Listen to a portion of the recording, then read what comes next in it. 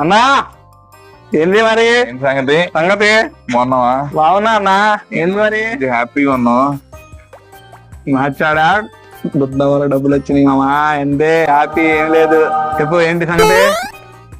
మామ ఓ 10,000 ఉంటే ఈ మామ ఈఎంఐ కట్టేది ఉంది మరి 10వ తారీఖు లాస్ట్ డేట్ వచ్చింది రేపు కట్టాలి. మామ ఇప్పుడే నోటిఫికేషన్ వచ్చింది ఈ అమ్మ ఇంకో మ్యాచ్ వేస్తే దెంగేసింది అయ్యి ఇంకో మ్యాచ్ వేస్తే దెంగేసింది అయ్యి మామా అవన్నీ కాదు కానీ రవణ్ అడుగుదాం పద అలా అడిగినా డబ్బులు దొబ్బెట్టుకోవడం గొప్ప కాదు మామా